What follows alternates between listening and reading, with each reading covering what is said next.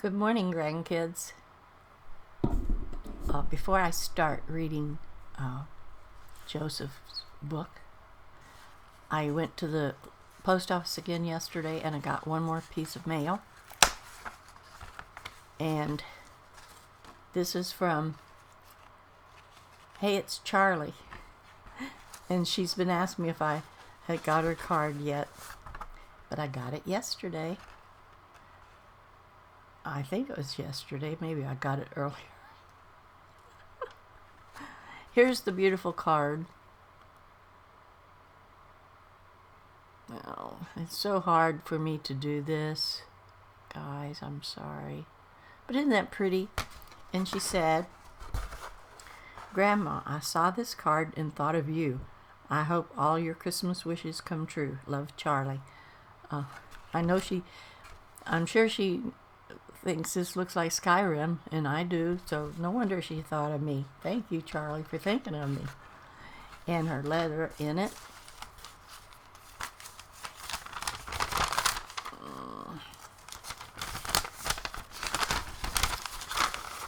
She said, I meant to tell you,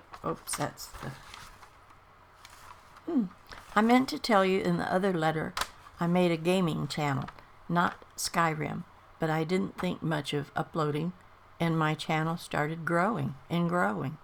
It's now over 1,200 subscribers. I'm very excited. I wanted to say thank you for inspiring me to upload. My channel is Gummy Bears 3. If you wanted to check it out. Yes, I will check that out. I want to see what you're doing. P.S. I'm hoping to send a gift soon. I hope you have a great Christmas and a Happy New Year, Charlie. Hey, it's Charlie. She always leaves me a comment on my YouTube channel. Thank you so much. I'm glad that I got it. Okay, now we shall read the next chapter in The Lonely Worlds.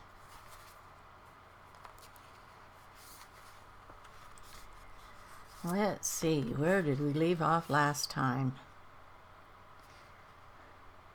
Oh, they're in the frozen, snowy world. And he and Ian are laying there frozen on the ground, and they don't know where. What's the girl's name?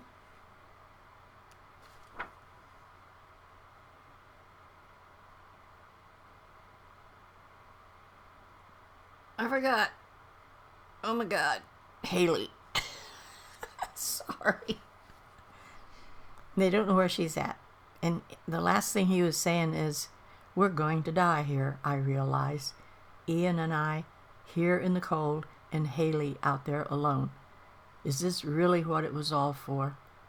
I wonder to myself. All the lonely days and fearful nights, the walking, the fighting, the surviving, only to end here?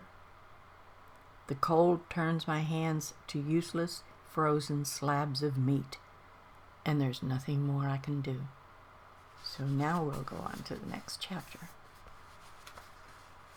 Of Felix, Ian, and Haley.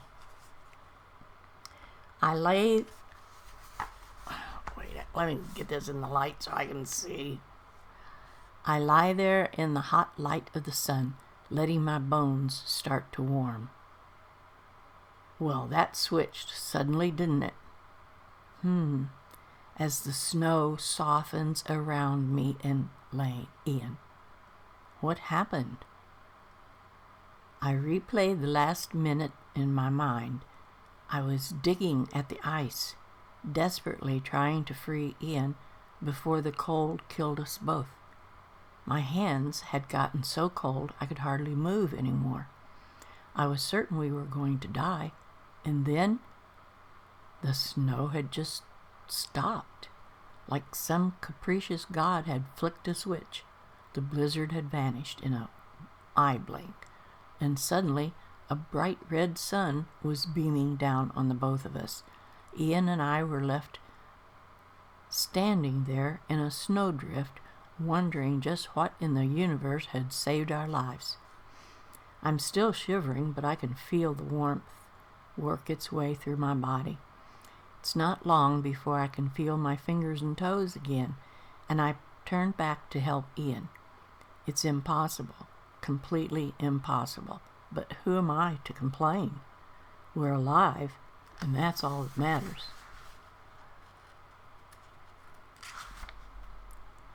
Ian chuckles as I free his last hoof. Close one, huh? I nod, not as ready as him to make light of this situation.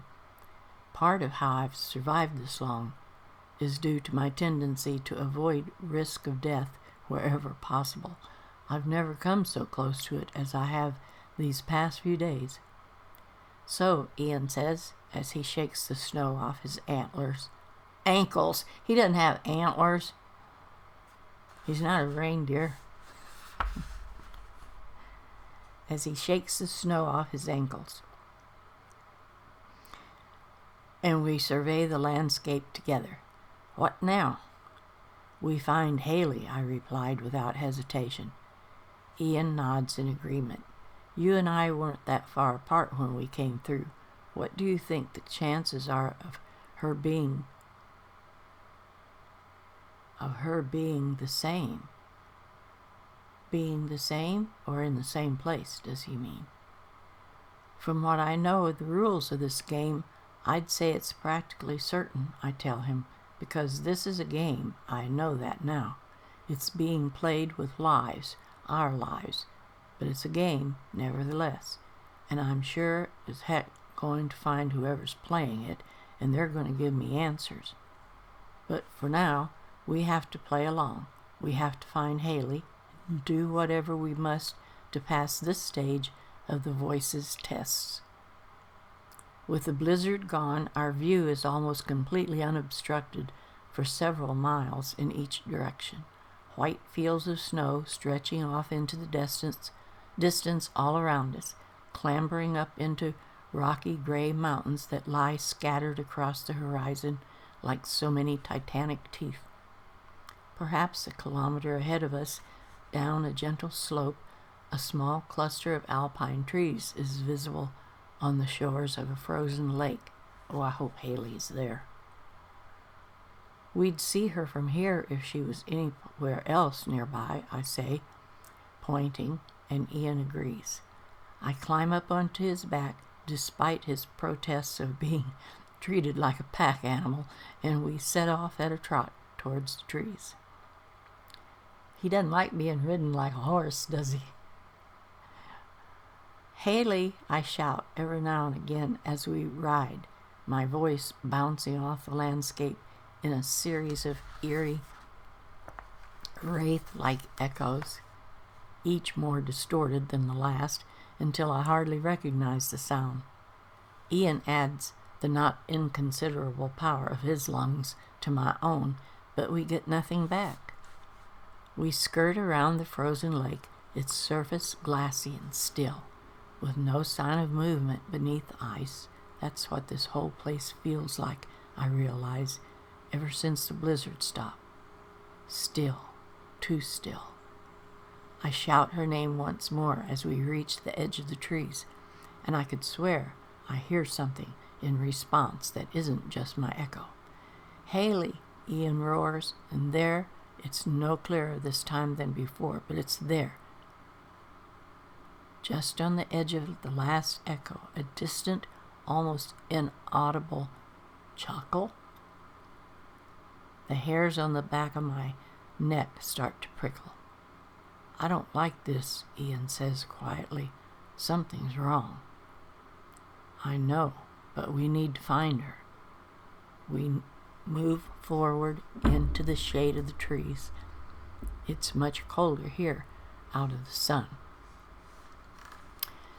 A little light filters through the canopy above and glitters off the wet snow underfoot, but it casts strange shadows. I can't tell what precisely is wrong with them, but they feel off somehow. Innocent silhouettes of branches seem to shift silently into reaching, grasping claws.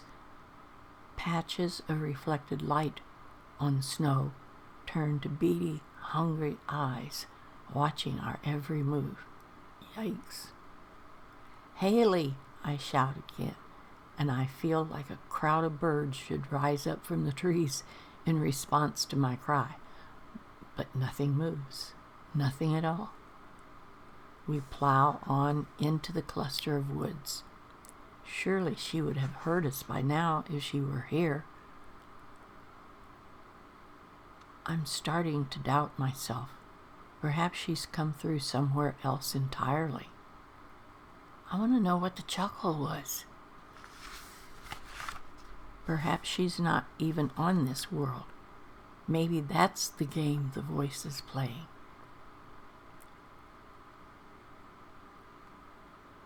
Oh, I'll keep my thoughts to myself. I was going to say, she has such a sense of humor. What if she's the one that's playing this game? I hope not. No, wait. There's something up ahead. A figure in the trees that that's neither shrub nor rock. It's Ian, Haley shouts, bursting through the trees in a headlong sprint for us. We have to run now. The brief, jubilant grins that have sprung to our faces falter, but we don't need telling twice. Ian charges to meet Haley, and I lean down to one side and grab her, pulling her up with me onto Ian's back, just as something lets out a sound that's either a scream, a howl, or some combination of the two. What the heck is that? I ask her. Bad, she cries, wrapping her arms around my waist from behind. Very, very bad. So we run, crashing through the woods as fast as Ian can go. I crane my neck behind me, and my eyes catch a glimpse of some kind of pitch-black shape flickering through the trees in pursuit. Wolves? I ask, although I know the chances of it being something so mundane are slim. No, Haley says breathlessly. I don't know what they are. I was hiding from them, but they were distracted by you shouting, so I ran. I'm so glad we found you. So am I. Save the relief for a little while yet, Ian shouts as we break from the cover of the trees out onto the open snowfields. Where now? Make for the mountains, I tell him. We might be able to lose them there. The feet of the nearest of said mountains are no more than a few kilometers up ahead. I'm not sure how long it'll take us to get there, and if whatever's chasing us will catch us in that time. Even with the both of us on his back, Ian moves very, very fast at a gallop. I can't imagine much being able to keep up with him. I turn again, peering through the powdered snow thrown up by Ian's wake. I can't make them out at this distance, but whatever's pursuing us has left the trees, and they're moving just as fast as we are. 3 black shapes, streaking across the landscape in a cloud of churning snow. This is scary. If I squint, I can make out the occasional flash of jagged horns and what looks like a spiny tail. Definitely not wolves, I observe. I turn back to Ian. How fast can you go? I ask him. Not as fast as them, he pants back, his face plastered with sweat. I twist again to get another look at whatever monsters are following us. But then, to make our situation even more dire, as suddenly as it ended, the blizzard starts up again. Shrieking wind and driving snow, materializing out of nowhere and leaving us utterly blind. I don't even bother to waste time wondering at the possibility of that. Clearly, it's just a quirk of this world. I can't see a thing, Ian cries over the storm. Hopefully, neither can they, I shout back. We ride on, struggling against the forces of nature, hoping wildly that we're managing to keep a straight line and that the monsters aren't quite up on us as just yet. It would be hard keeping a straight line in blizzards like that, too. My glasses are sliding down my nose.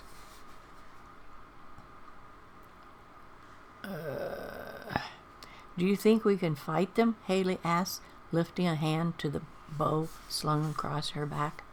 Maybe one, I say, shaking my head, but there were at least 3 of them. I don't fancy our chances.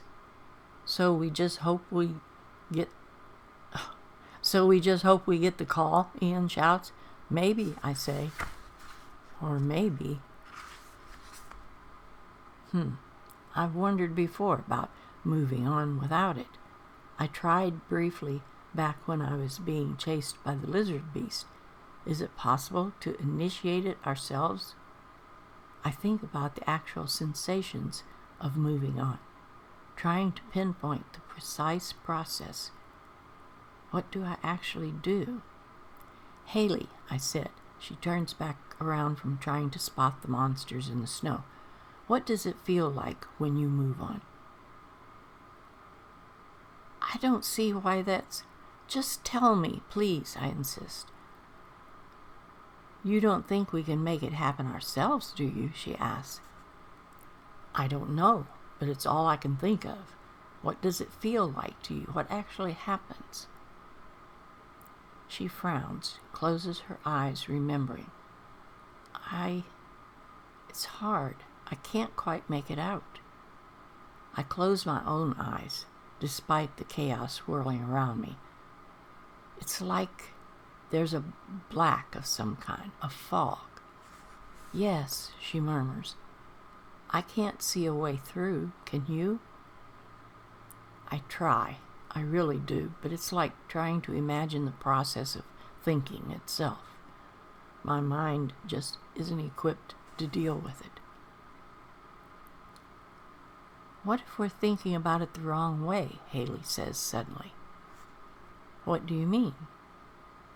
Well, I was learning to drive before I left home.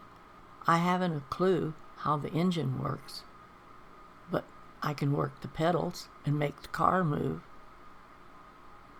Okay, that could work. So where are the pedals? Door, Ian pants. I see it as a door. The call's the key. I visualize a door in my mind, trying to fit the sensations of moving on into that shape, to forge the call into a mental key to open its lock. It's difficult, and it takes all my concentration, but I think I might be starting to make progress. Maybe I can reach for the handle. Out of the snow rears the rocky face of a cliff.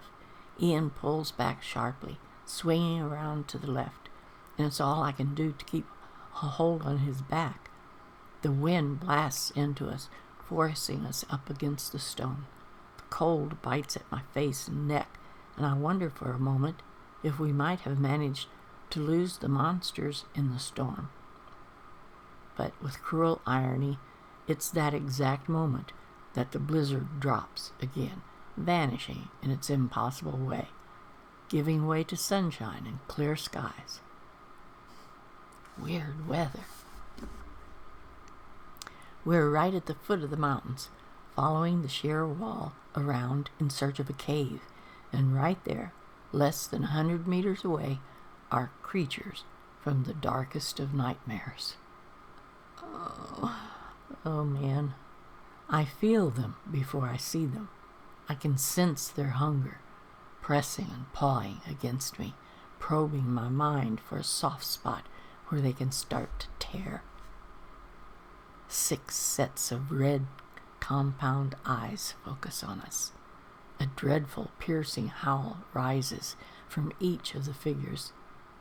That cold, ravenous need to feed, scrabbling and clawing against my consciousness. I clutch at the hair of Ian's back, willing him to move faster, but they're almost upon us. Our circle of firelight has dwindled to a single glittering flame. What firelight?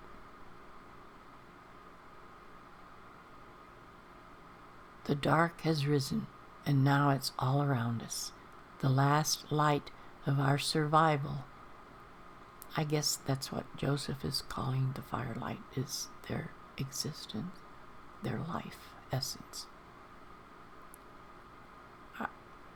The last light of our survival flickering dimly between its black cavernous jaws. Jaws that are poised to snap finally shut. I'm afraid to turn the page. I'm afraid this is the end of the chapter. It is. Oh my God.